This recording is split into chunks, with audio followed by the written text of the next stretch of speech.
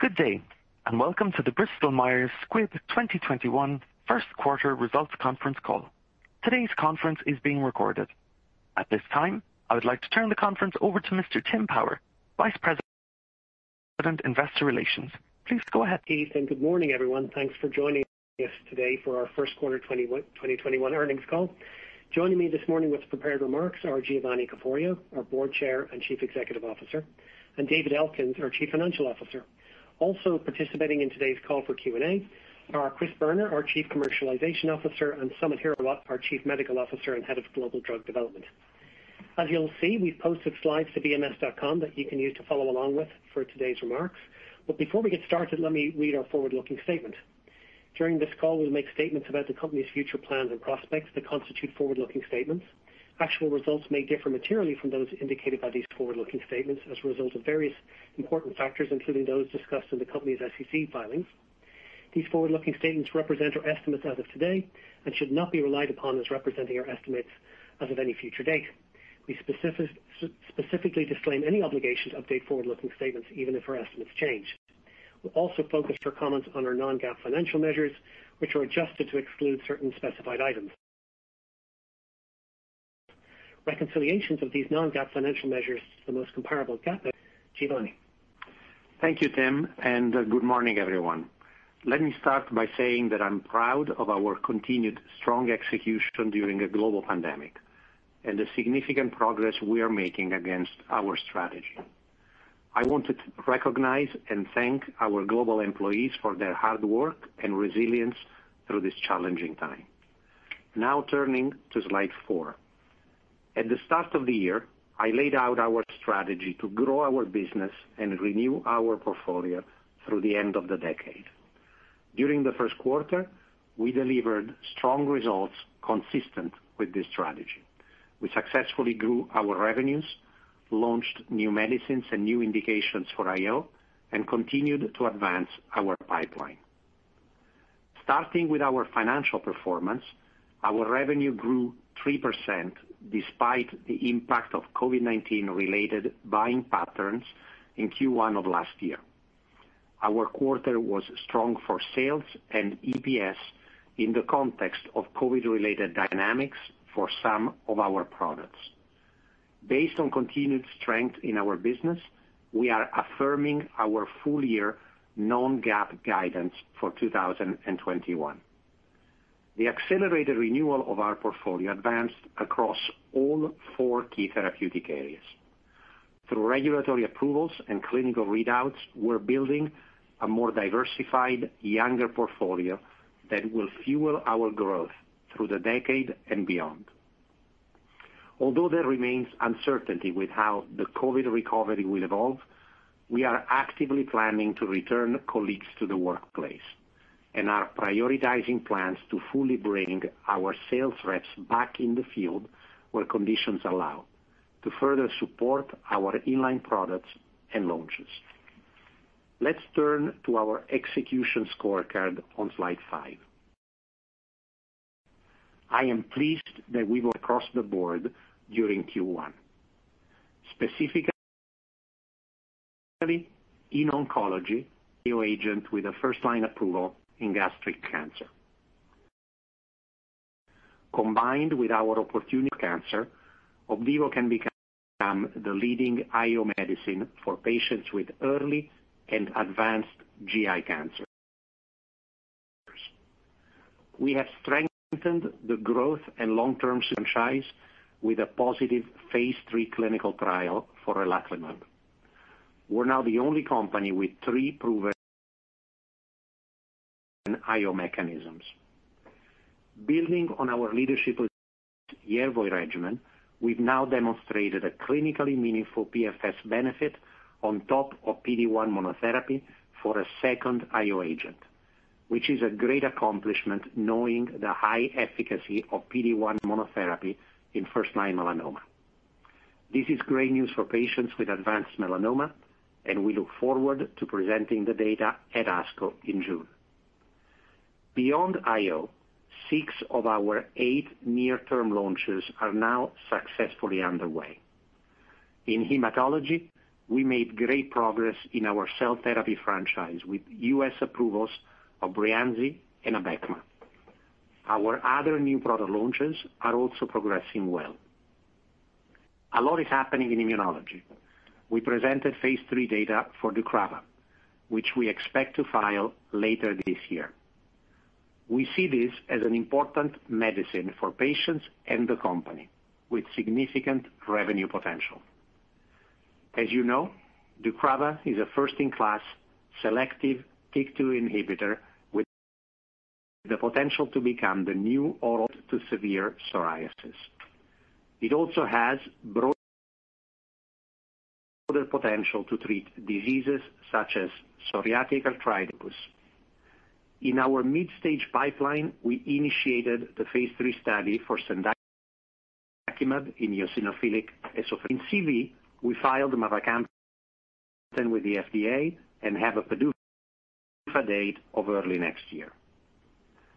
Given the potential with multiple assets across therapeutic areas and modalities, including protein homeostasis, biologics, we are planning a more in-depth session with you sometime in the fall to update you on the progress within our pipeline and how that further supports the long-term potential of the company.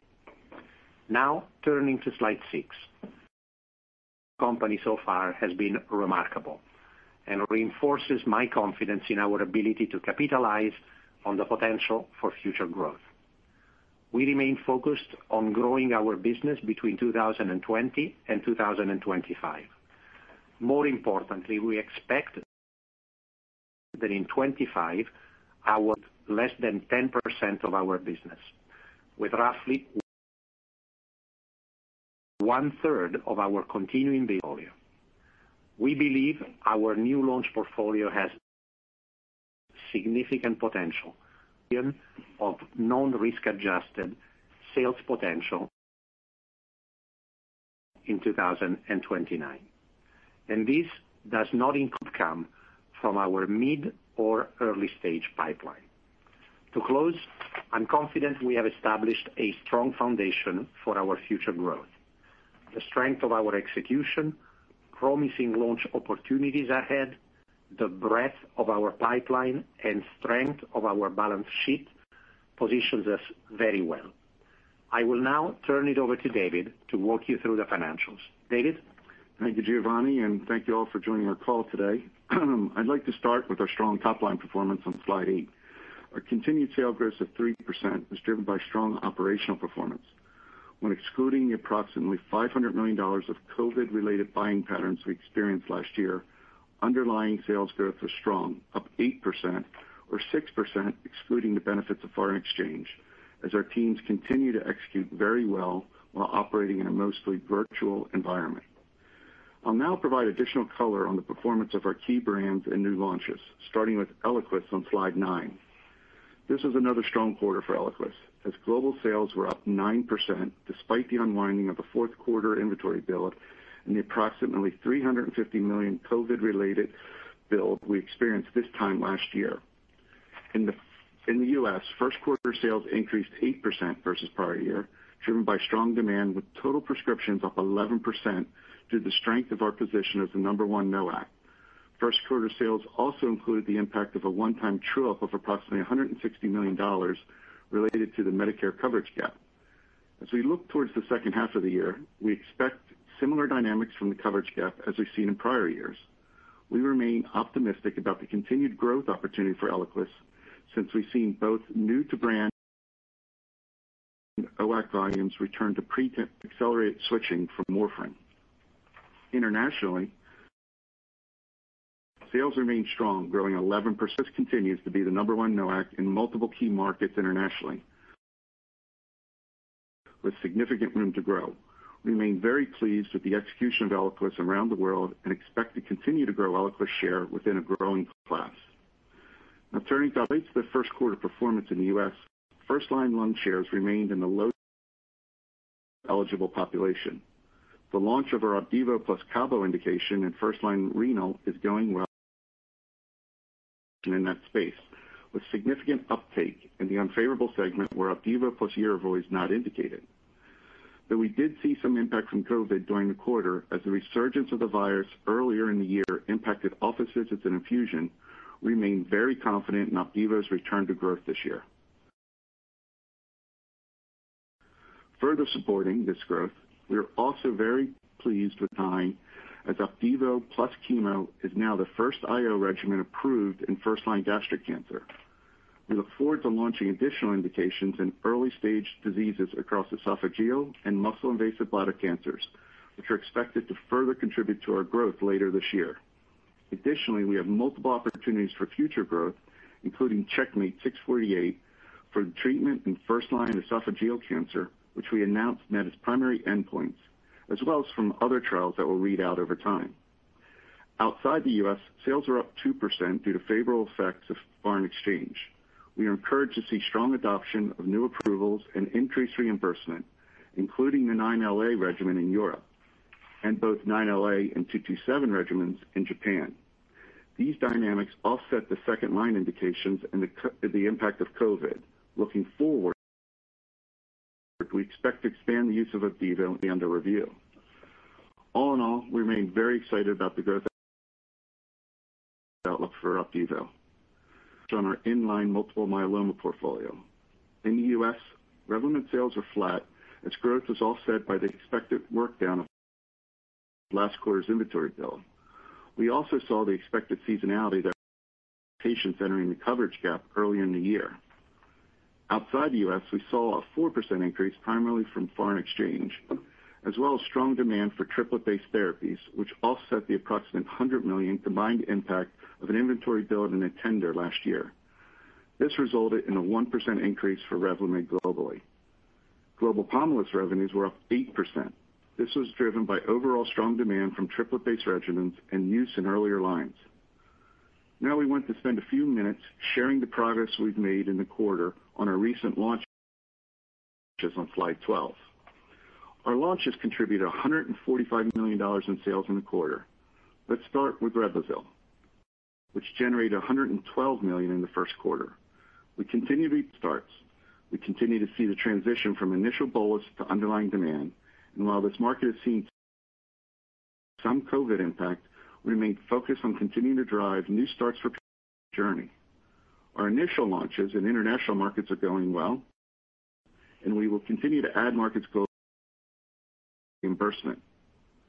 Moving to Zeposia, where we continue to see good traction establishing the brand as the S1P modulator of choice in multiple sclerosis. Positive initial prescribing experiences are translating into repeat scripts, and we are also encouraged to see patients convert to commercial supply at a quicker rate than before. Beyond multiple sclerosis, we look forward to launching Zeposia in ulcerative colitis, with FDA approval expected at the end of May. Outside the U.S., we are pleased with Zeposia's MS launches in several markets, and we will continue to secure reimbursement in additional markets as the year progresses. The marketing authorization application for ulcerative colitis also remains under review in Europe, with approval expected toward the end of this year. Turning to Onureg, we continue to be encouraged by the launch, where our teams remain focused on establishing the profile as the first and only oral treatment to demonstrate an overall survival benefit in the first-line maintenance setting of AML. Physician feedback and awareness have been positive, and our focus remains on shaping and establishing Onureg in a new maintenance segment of the AML treatment paradigm, which we know will take some time. Outside the U.S., we recently received a positive opinion from the CHMP, with approval expected this year. Turning to our newly established cell therapy franchise on slide 13, we are very excited to have launched 2 differentiated cell therapies for patients, following the recent approval of Breyanzi in large B-cell lymphoma and Abecma in multiple myeloma. First, regarding Breyanzi, our best-in-class CD19. While we are early in the launch, messages around efficacy and outpatient utilization are resonating, with high aided awareness among CAR T treaters. We have also been very pleased with the rapid activation of our treatment sites, as we now have approximately 55 sites activated, with patients already apheresed and recently infused. And as it relates BMY, we're excited to have the first ever BCMA CAR T approved for patients with myeloma. Where we're just a few weeks into the launch, we're encouraged by the enthusiasm we are hearing from customers for the treatment. We also see a real opportunity for synergy from the combined execution of these two therapies as BMY is able to leverage the existing and growing site footprint of Breyanzi. For both these important new medicines, our priorities are expanding the site footprint through rapid account activation and maximizing our differentiated profiles while ensuring a seamless customer experience. Now, let me take you through a few items on the P&L on slide 14. First, as we've said, our gross margin will continue to be largely a function of product mix and then impacted by the strength of Eliquis in addition to foreign exchange. Continue MSNA investment in our multiple launches across various therapeutic areas. And as that relates to our tax rate, our effective rate in the quarter was 16.8%, which reflects our earnings mix. For the balance sheet and our capital allocation on slide 15, our liquidity position remains strong, with approximately $13 billion in cash and marketable securities, including strong cash flow from operations of nearly $4 billion in the quarter. Regarding capital allocation, the company, and we will continue to evaluate opportunities to complement our internal innovation. With regard to our debt reduction this quarter, we demonstrate credit rating by accelerating our repayment of debt by a $4 billion tender and redemption. We are also committed to returning cash to shareholders through dividend and share repurchases. Recall that we increased our share repurchase authorization by $2 billion at the start of the year, and that we plan to buy back between $3 and $4 billion in shares this year. In the first quarter, we have already repurchased $1.8 billion toward that goal, and we will remain opportunistic. Turning to our 2021 guidance on slide 16. Following this quarter's performance, we are reaffirming our non-GAAP guidance for the year, which reflects significant growth over last year. Our businesses have remained resilient, and our launch opportunities are coming to fruition. Again, I'm pleased not with just the performance, but also with the considerable progress we made in executing our launches and advancing our pipeline. I'd now like to turn the call back over to Tim and Giovanni for Q&A. We go to our first question, please.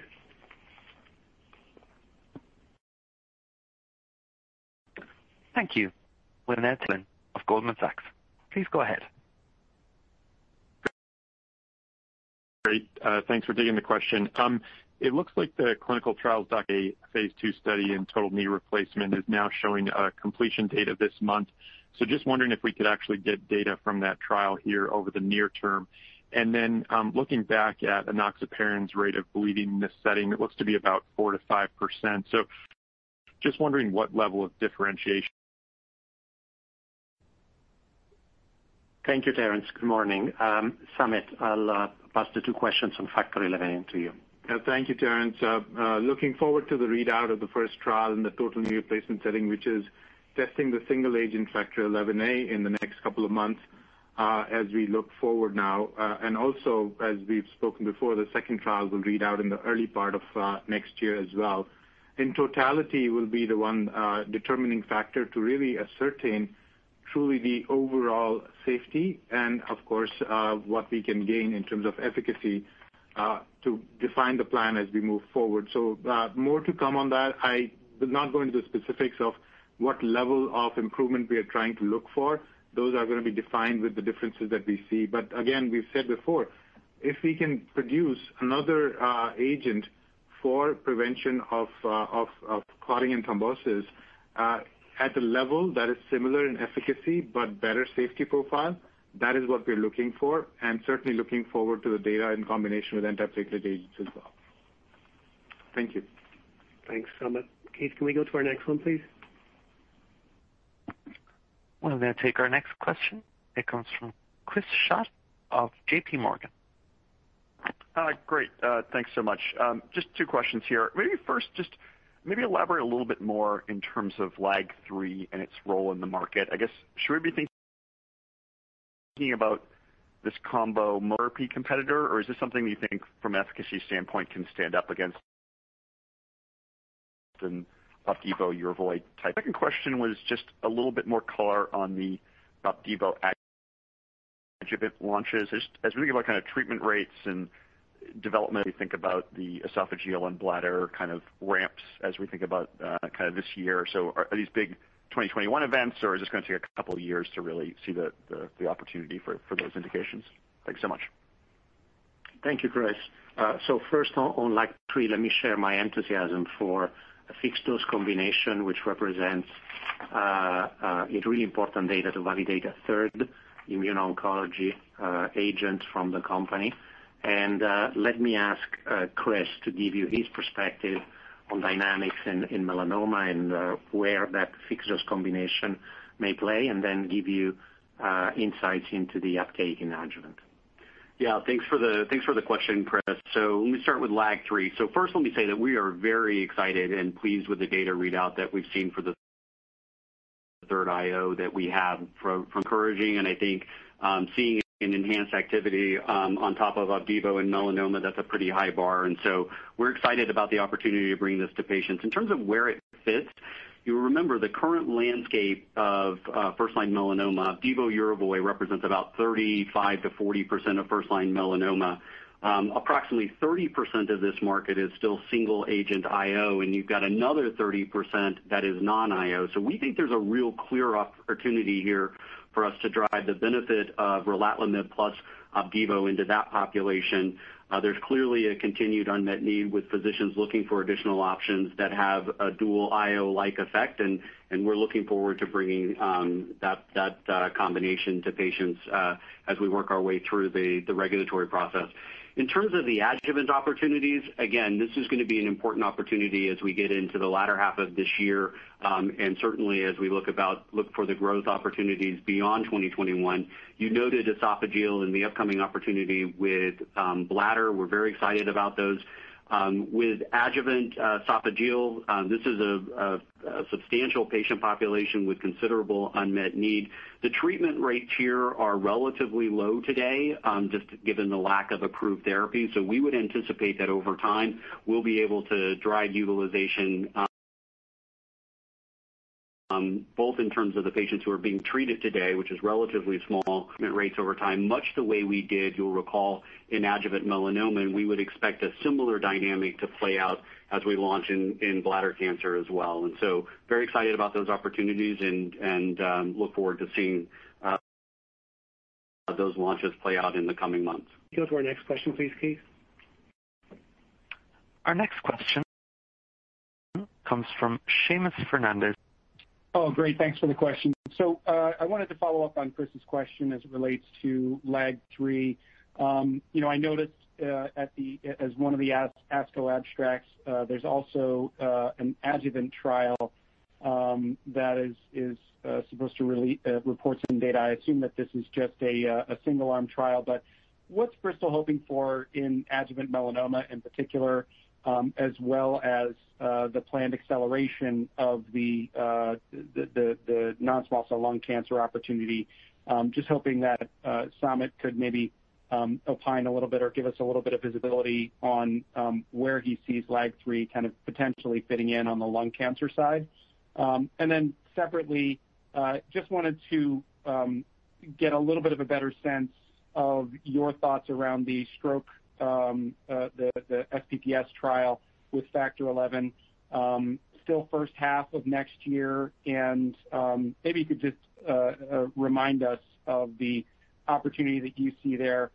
In our view, we think that could be a $4 billion plus opportunity that's really not reflected in expectations, but nobody knows this space better than Bristol-Myers Squibb, given your experience with Plavix. Thanks. Thank you. Thanks, Seamus, and thanks for the question. So let me just say before I pass it to Samit to answer both of your questions that we really look forward to presenting the LAG-3 data at ASCO. I think it's going to be a great opportunity to show the strength of the data. And on Factor XIa, let me just agree with you. This is a space we know extremely well, where we've demonstrated our ability to be successful with Plavix, of course, going back a few years, and with Eliquis, as we're seeing as we speak now with the current performance of Eliquis. Samit?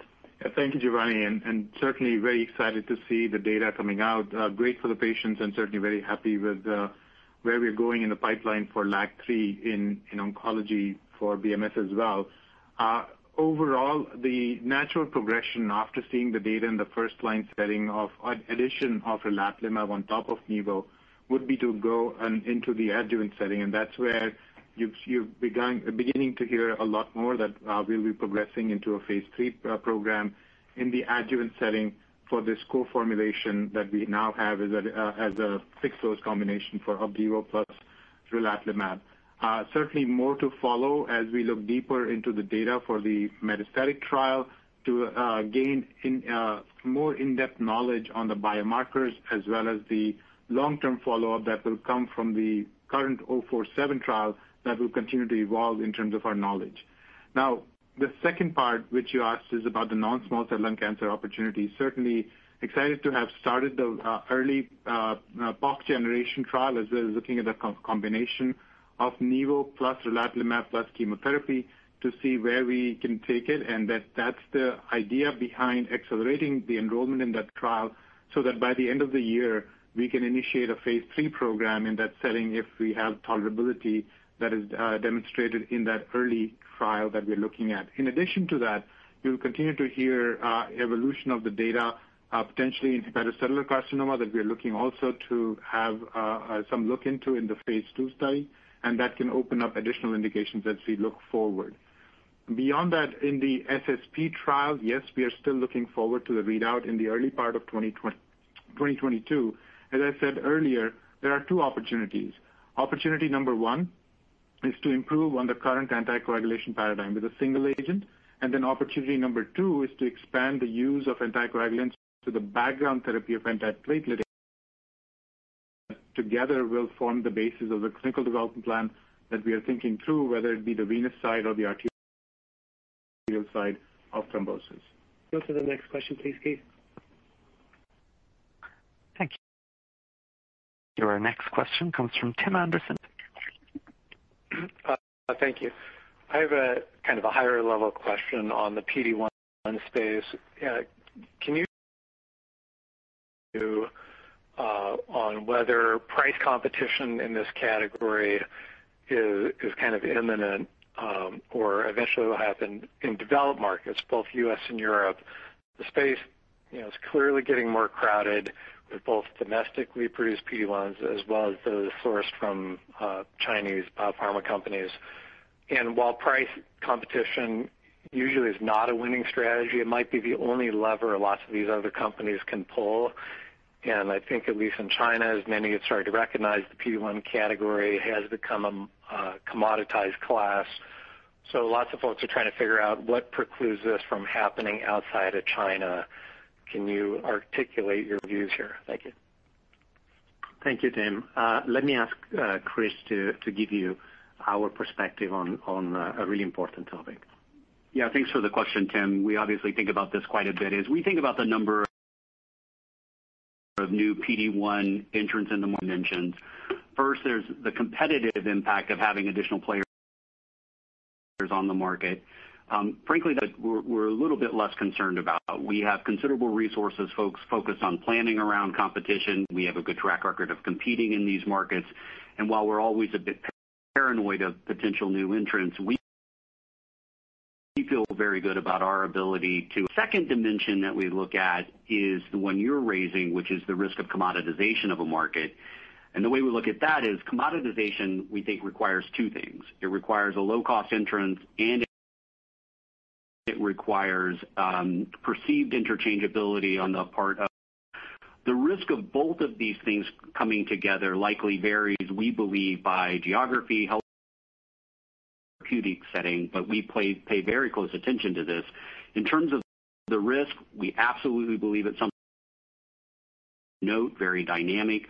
Currently, the areas where we see the greatest risk don't overlap with our largest markets. Plans to address the risk as they become more tangible. The two things that I think we can continue to do that position us well against this coverage of the extremely broad data set that we have generated in IO to ensure that treatment decisions continue to rapidly bring new data and approvals to market. such that we're constantly pushing forward innovation and changing the standard of care. But this is an area that's very dynamic, and we're paying close attention to it. Thanks very much, Chris. Can we go to the next question, please, Keith? Thank you. Our next question comes from Geoff Meacham of Bank of America. Please go ahead. Hey, guys. Good morning. Thanks for the question. Just had a couple of quick ones.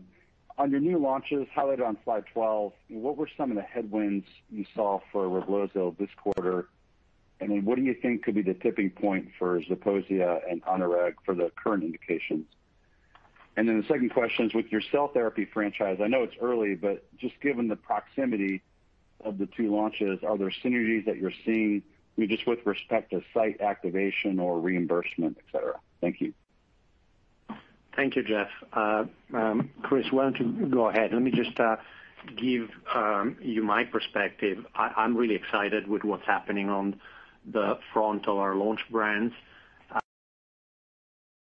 The profile of the medicines, we have strong labels, and what we are hearing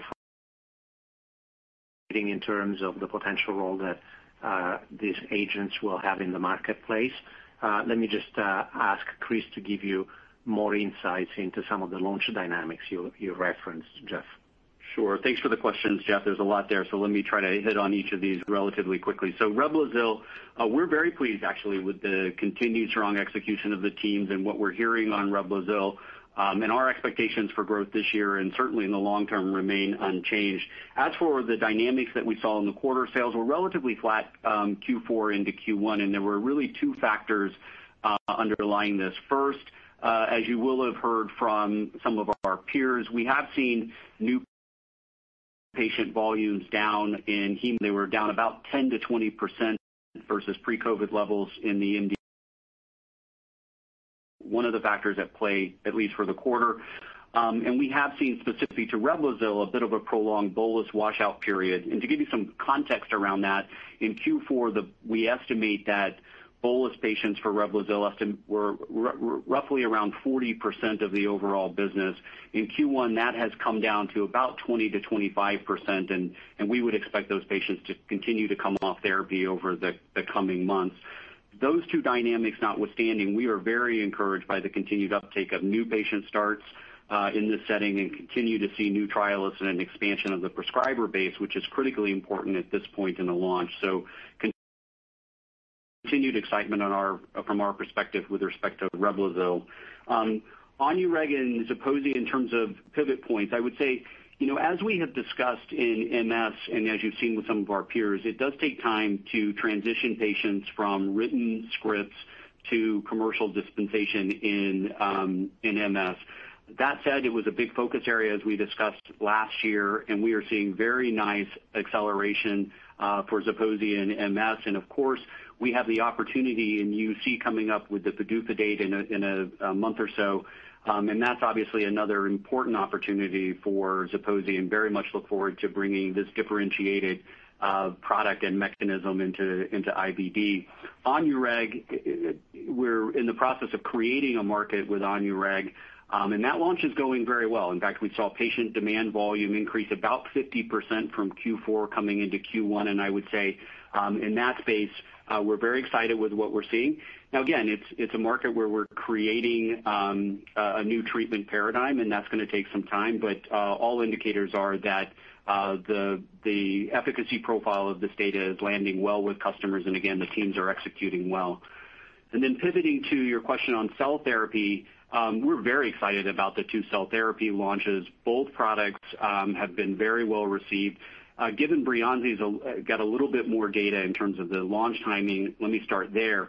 The launch there is going very well. We've had over 50 accounts that have been activated already. Our highest priority accounts, in fact, were activated within 8 weeks of approval. The messaging around the best-in-class profile for Breyanzi is landing well. Physicians are clearly seeing a differentiated safety profile. And in fact, we've already infused apheresed and infused patients with Breyanzi. And so I would say the execution there has been exceptionally well. And just quickly on Abecma, obviously a bit earlier in the process for Abecma, but we have the advantage of launching that product on top of the infrastructure that we built with Breyanzi. So we've actually been able to more rapidly activate sites there. We've had 25 centers were activated within 10 days of approval. The physician feedback has been very positive, and there's a lot of enthusiasm for us bringing the first BCMA-targeted cell therapy into multiple myeloma. So far, early days, but the launches seem to be off to a very good start. Right. Thanks very much, Chris. Can we go to the next question, please? Our next question comes from Andrew Baum of Citi. Please go ahead. Many thanks. First question is Giovanni. In relation to business development, Bristol, we anticipate is going to be more active than many of your peers given the cadence of LOEs you have in your portfolio. The FTC has been making increasingly loud noises of increased drug prices and diminished patient access. How you think this could impact business development going forward, whether it's more noise than action, and what we should be looking for to determine whether M&A relates in anti-competitive activities. And then second question for Samit, perhaps you care to comment on whether to assess JAK safety broadly in a cross-divisional way. And I'm obviously thinking about deucravacitinib in terms of its broader membership of that particular category. Thank you. Thank you, Andrew. Let me start with your question on business development, and then Samit will follow on your second question. So it's really difficult to speculate at this point in early days what the evolving position of the FTC will be. A couple of things that I would say is, number one, I do agree with you that business development is an important priority for us. It has been for a while, and it will remain one of the priorities for deploying capital and our capital allocations. One thing that I like to say is that I actually feel that we've demonstrated over and over that when we acquire assets into the company, it's actually a way of accelerating their development and generating even more value. An important element of what drives our business development strategy. I feel there are plenty of opportunities to continue to strengthen our portfolio across all of the areas where we have presence and expertise, and obviously we'll always take competition issues into account when we look at. I don't see that at this point as limiting our ability to continue differentiated business development strategy. So with that, Samit. Yeah, thanks, Andrew. And certainly, yes, we've heard the speculation around AdCom from a safety perspective for TYK2 inhibitors and whether they belong in the JAK. The way we think about it is, as we have presented, if you look at the data, we do believe it is very differentiated. And there are absolutely thinking around preclinical data, the clinical data, the mechanism of action, and the way the data has evolved also on the efficacy side. So overall, I think we have very strong arguments. If there is an AdCom, certainly we'll be prepared with that, with all the data that we've shared already, and we'll continue to evolve in terms of the long-term follow-up as well. We do believe it's a new first-in-class molecule for a TYK2 as a TYK2 inhibitor, potentially first as for patients with psoriasis, which is an unmet medical need. So certainly looking forward to sharing more as we go along. At the current time, we are in discussions in terms of preparing the file and getting it through the regulators and move it forward. Thanks so much. Keith, can we go to the next one? Our next question comes from Ronny Gal of Bernstein. Good morning, everybody. Two, if I may. First, the office has now come out to restructure Part D with some participation through the cost structure of roughly 10%, even from the Democratic side, from the Republican side. I was wondering the relative impact of pharma participation in the cost structure of Part D and how does that translate into your own revenue? And second, I was wondering how you're going to handle the difference in prices for Zeposia between the MS market and the IBD market, just two different price bands, and you're transcending that. So how are you thinking about handling it?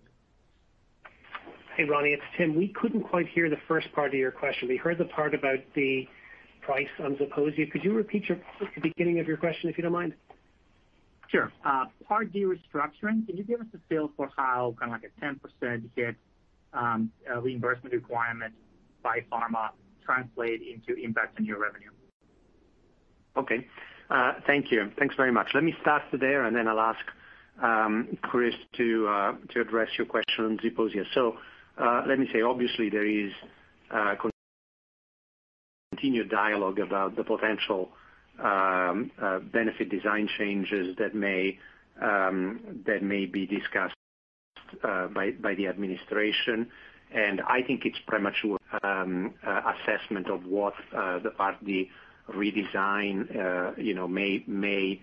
what elements may be discussed going forward. I think what's important is a couple of things. So first of all, as you know, we have a very diversified portfolio across multiple payer segments and multiple therapeutic areas. And so, there will always be different impacts on different parts of our portfolio from any benefit redesign. There are very different dynamics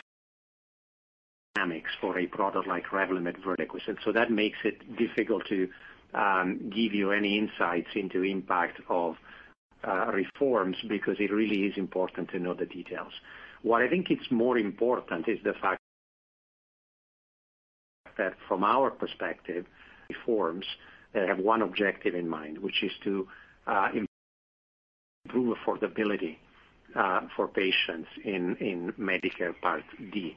That's of the priority that the industry has. The proposals that we'll continue to make as we interact with the administration will be focused on elements of Part D redesign that include establishing out-of-pocket caps, reducing the overall impact to patients in the catastrophic phase expenses throughout the year. And so as proposals progress, I think it'll be easier for us to provide insights into how that impacts our portfolio. Chris? Yeah, thanks for the question. Obviously, we are keenly aware of the differential in market, and you see, as you know, we priced Zeposia in line with the value it provides in insurance market. And as we think about UC, it's certainly too early at this point to discuss how we're thinking about price. Is that we're going to factor price considerations now, the importance of access in IBD generally, and we have plans in place that we'll execute as we get closer to the approval of Zeposia in UC, but it's something we've been focused on for some time. Thanks very much, Chris. Can we go to the next question, please, Keith? Our next question comes from David Risinger of Morgan Stanley. I have two questions, please. First, could you just discuss Bristol-Myers set in first-line melanoma with a combination of Opdivo plus Yervoy, just so we have that in context ahead of the LAG-3 readout ahead? Could you provide a framework for Zeposia sales drivers in coming years in both the U.S. and ex-U.S.? Thanks very much. Let me ask Samit to start and give you his perspective on first-line melanoma. Can add any perspective there and give you an answer on Zeposia.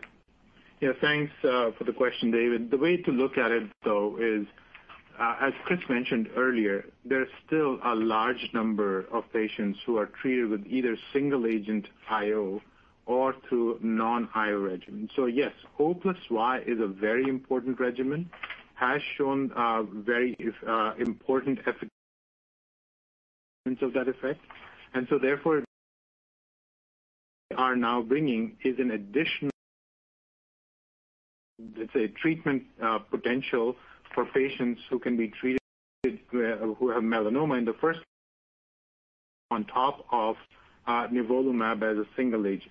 And that's the reason why we're excited about this, to be able to add to the treatment paradigm for prescribers and for patients to potentially use in the future once approved in this particular setting. One has to remember safety profile and its differentiation over here. So relatlimab plus nivolumab therefore becomes an important aspect of the treatment paradigm looking at the future. Yeah, and then let me take the question. So the way we think about Zeposia is, first of all, we're very excited about the opportunity and ex-US and MS. We think that Zeposia brings a very differentiated profile into this market. It's now in the U.S. the number one SP in terms of written prescriptions. We're gaining on oral agents. We are making progress in terms of optimizing the patient pull-through in terms of we've got considerable opportunity to continue to grow in the short term in MS in the U.S. Ex-US, it's still very early days for the launches of Zeposia, but I would say that in the early launch markets in Europe, Zeposia's uptake appears to be very good, particularly in markets like Germany. So I think in the near term, there's going to be clearly a focus on maximizing the opportunity that we have with Zeposia in that market globally. And then, of course, with the upcoming launch in UC, that becomes a much more important opportunity for us as we get into 2022 and beyond. Zeposia's profile looks very good. The feedback we've gotten from treaters in the IBD space is very positive. Obviously, the rate limiter in terms of the U.S. uptake is going to be access. We know that's a very important component, and we're going to approach that in a very stepwise fashion. It's going to be important that we drive volume initially in those patients, with those patients who have insurance that is open or relatively unrestricted. And then we'll leverage the Zeposia profile to drive additional utilization, and then, of course, work with payers to ensure that we continue to increase the access that patients have in that space. That will clearly take some time, but we think the opportunity in IBD for Zeposia is substantial, and that will be important both in the U.S. and ex-U.S. As we get into that launch later in 2021 and then certainly 2022 and beyond. Thanks, Chris. Can we go to the next one, please? Our next question comes from Greg Gilbert of Truist Securities. Thank you. On LAG-3, how are you thinking about the importance of biomarkers here, and what level of granularity should we expect around the data set of ASCO as it relates to LAG-3 positivity, et cetera? And then Giovanni, a different twist perhaps on the biz dev question. When you took over as CEO, I imagine there was quite a sense of urgency to diversify the company, but with the steps you've already taken to do so, would it be fair to characterize your M&A strategy from here as more about enhancing existing franchises and less about diversification as a concept? Thanks. Thank you, Greg. Let me start there, and then I'll ask Samit to give you an answer on the biomarker strategy for LAG-3. I think you're absolutely right. I believe that one of the things that is a clear strength for the company today is the diversification of our business. When you look at our oncology business, solid tumors, and hematology, what's happening in immunology, which is clearly the fastest growing segment of our business right now, and the long-term sustainable. I think that we have an incredibly well-diversified set of businesses with strong dynamics for all four of them that we've built for the company. And you know, at this point, I see that as an opportunity because we have capabilities that we can leverage. We clearly have deep expertise, whether that's from a scientific and development perspective or from a commercial perspective, growing in all of those areas. And it gives us an opportunity to look at assets where we can acquire really promising technology, apply our expertise, and maximize the value of those assets. So, you know, the priority for us now in business development is across all of those areas to continue to strengthen our portfolio. And as I've mentioned several times, the objective that we have is to further strengthen the outlook in the second part of the decade, but our business is extremely well diversified at this point. Samit? Thanks, Greg. Thanks, Giovanni, and thanks, Greg, for the question as well. For LAG-3, obviously, I will not get into the specifics of the data that we presented at ASCO, but certainly some of the biomarker data will be included in the presentation.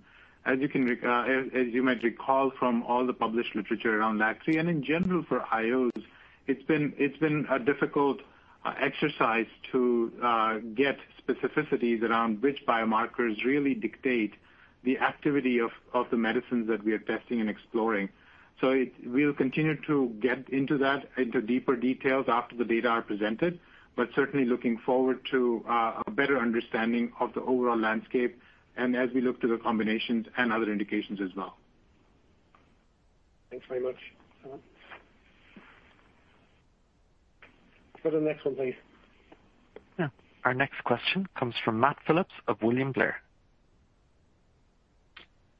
Hi, thanks for taking my question. Just two quick ones. Can you give us any update on timelines for an EFS look in the CheckMate 816 trial? And similarly, how do you think the overall market there, the potential opportunity there is impacted by the Roche Empower 010 positive announcement? And then secondly, on the TYK2, given the strong results you saw in the moderate to severe patients and then also the Otezla advanced study in mild to moderate, any plans to maybe run an additional head-to-head study versus Otezla in a mild to moderate patient population to expand the opportunity? Thank you, Matt. Let me ask Samit to address both of your points. Well, the second one, probably I'll pass it on to Chris. The first one, I will say that for EFS, for 816, you've seen the data already for the pathological complete response. It's certainly very, very encouraging. Looking forward to the EFS readout towards the end of 2022, early 2023 timeframe. So it still remains from that perspective on track, and we'll certainly be sharing it as soon as we have that data available. Just one more thing that I want to clarify what I said early on Andrew's question around the speculation around the AdCom. The around the JAK inhibitors, and we have no knowledge around inclusion of TYK2 as being included in there, and that's what I just want to clarify one more time. And let me just very quickly hit on the commercial opportunity for 816 and then turn it back to Samit on TYK. We're happy with the results, obviously, that we've seen so far with 816. As Samit just mentioned, the data continue to emerge in this space. What I would say is that this is there are about just shy of 30,000 treatable patients here. The treatment rates are in the so we think there's an opportunity to do two things: provide an opportunity in the neoadjuvant space for those patients who are being treated today, and potentially continue to push the treatment rate. And remember, many patients will be identified once you have more active treatments that are available in this space. So we think there's considerable opportunity here. Samit? Great, thank you. And in terms of the TYK2 versus Otezla, as you brought up, I think first of all, we are excited. Obviously, the mechanism of action that is quite unique over here. We've seen the data in the moderate to severe psoriasis. We have additional studies that are ongoing in the IBD space, in the lupus space. The discussion around mild to moderate psoriasis continues, and we'll certainly share with you. I'm really excited today where we are, and certainly the evolution of the data at the end of the year in additional indications. We're not ready to share yet our plans for mild to moderate psoriasis. Thanks, Samit. Can we go to the next question, please, Keith? Our next question comes from Steve Scala of Cowen. Thank you. A couple questions. Based on everything that has been said, it sounds as though the relatlimab data is not competitive with Opdivo plus Yervoy on efficacy. It might be on safety, or am I misinterpreting? For instance, you mentioned adding to the armamentarium but not advancing it. You referred to many patients on monotherapy or not receiving IO, but you didn't really refer to those on IO. What we should interpret, and will full data be in the abstract on May 19th. Second question, on slide on page 6, of the 90% of products in the continuing business, should we think about Opdivo plus Yervoy comprising about 50% of that 90%? Thank you. Thank you, Steve. Let me just provide some perspective. So to answer your second question, as we've said, 90% of the business by 2025 being continuing business that excludes Revlimid and Pomalyst. In that 90%, we've said about a third are the launch brands. The rest is the current online portfolio. We're not breaking that 70% down further into individual products, but I think what's important there is actually the strength of the emerging business for the remainder of the decade, and obviously the launch brands become particularly important given that we're discussing 2025. Let me just reiterate our enthusiasm for the relatlimab Opdivo fixed dose combination in melanoma. It is clear that we have a very well-established standard of care with O+Y and long durability of response demonstrated over a long period of time. But I just want to again reiterate from an efficacy perspective, from a safety perspective, we're really excited to be able to show the data at ASCO. Samit? And Steve, the point I would add is, look, we did not do a study of nivolumab plus relatlimab versus nivolumab plus ipilimumab. So it would be unfair to start comparing the data for the two trials.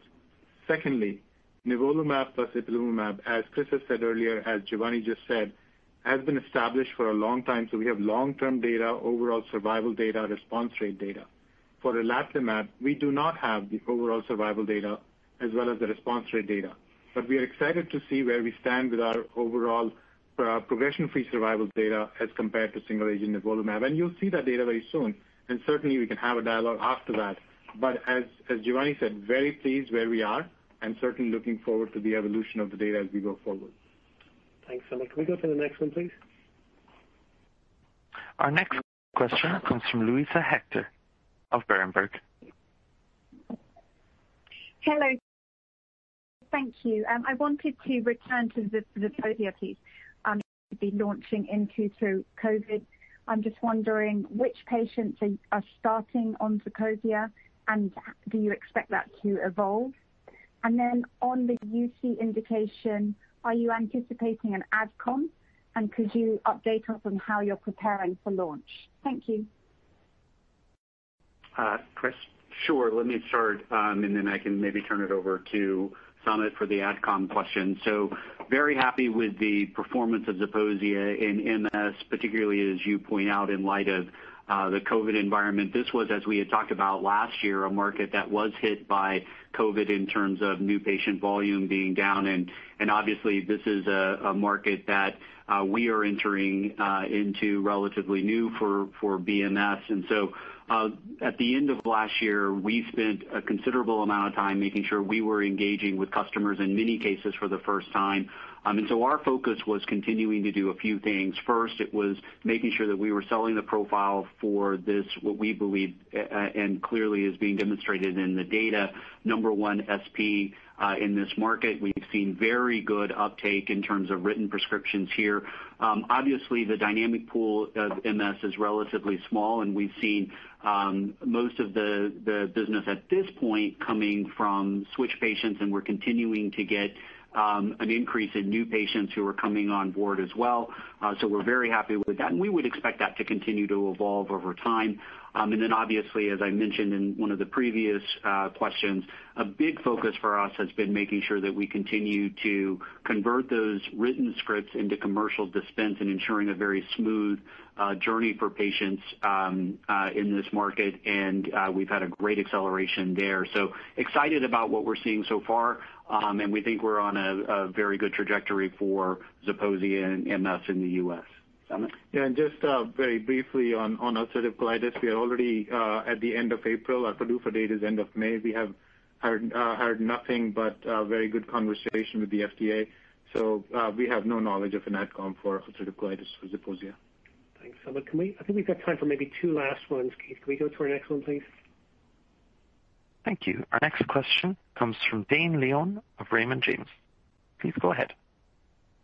Thank you very much for taking the questions, and congratulations on the start to the year. I know it's late in the call, but thank you for taking the questions, and I'll keep this, I guess, hopefully brief. A question we get a lot from investors is how to think about the multiple myeloma franchise over the next couple of years and your market share collectively within that. Obviously, you have some moving pieces with Revlimid with some offsets with the BMY, but the specific question, I guess, is where's your team looking in terms of some of the new agents that the clinical community is becoming more interested in, such as iberdomide, and how do you think that can move into a commercial setting as an offset to some of the headwinds you may face in the space? Thank you. Thank you, then. Samit. Yeah, thank you. So you've very correctly asked about multiple myeloma strategy. We are leaders in multiple myeloma, of course, continuing to build on the heritage of the IMiDs, where we've pioneered in that space. We do have the broadest portfolio, and now we are beginning to see the results of that with the approval of a BMY. But the way we look at it is a three-pronged approach. On one side, we have the CELMoDs, which have the potential to allow for us to replace the IMiDs over time with a near-term opportunity for iberdomide reading out this year in the fourth-line plus setting, and then the second CELMoD 480 reading out in 2022. The second strategy is the BCMA targeting, a BMY already approved, and we have the investigation ongoing for T-cell engager as well as the ADC targeting. The third pillar is, of course, the combination, and you will see beginning this year already the studies of CELMoDs in the earlier line setting, in the 1 to 2 prior lines of therapy, and then we'll continue to build on the other combinations as well. So we feel overall really good about our position by having these multiple modalities, and we are confident that we can continue to build on our leadership position going forward in that space. Thanks, Samit. Can we go to our last one, please, Keith? Our last question comes from Navin Jacob of UBS. Please go ahead. Hi. Thanks so much for taking my question and fitting me in. Just two, if I may. Just I want to confirm that on Eliquis, the $160 million true-up was actually was indeed a tailwind and not a headwind. And then finally, just on BD, a question for Giovanni, if I can. Noticed you have a somewhat new vertical for BMS and so far as having neuroscience. As you think about BD, what are the areas that you'll be looking to invest in, and roughly how much are you looking to deploy on an annual basis for the next few years? Yeah, thanks, Navin. So let me just say very quickly, yes, you are right. It is a tailwind, the $160 million. With respect to business development, actually what we are doing or our teams are doing in neuroscience is really interesting. We've obviously, over the last few years, built a very innovative model where through a network of partnerships primarily, a small team at BMS has been very successful in advancing an early portfolio that looks quite compelling at this point. So, not a large area of focus from a sort of late stage development for us yet, but an emerging franchise that could be important in the future. As I said earlier, we're going to be looking at continuing to strengthen our portfolio depending on obviously the assets that we look at and are available across all of the areas where we have expertise. We haven't really given a target in terms of spend per year, but we've made it very clear that this is the number one priority in terms of capital allocation strategy. The acquisition of MyoKardia last year is a really good example of the type of focus we want to continue to have going forward as a company. And I'll remind you, we have tremendous financial flexibility to be able to invest in the right opportunities and in the right science. So with that, I would like to thank all of you for joining us today. As we discussed, this quarter we delivered strong results consistent with our strategy. We've continued to grow revenue, execute on our launches, and advance the pipeline. I'm really proud of what our teams have accomplished so far this year, including so many of the important milestones that have been discussed during the call. And as always, our team will be able to answer further questions you may have during the course of the day and the rest of the week. So have a good day, and thanks again to all of you for participating. This concludes today's call. Thank you for your participation. You may now disconnect.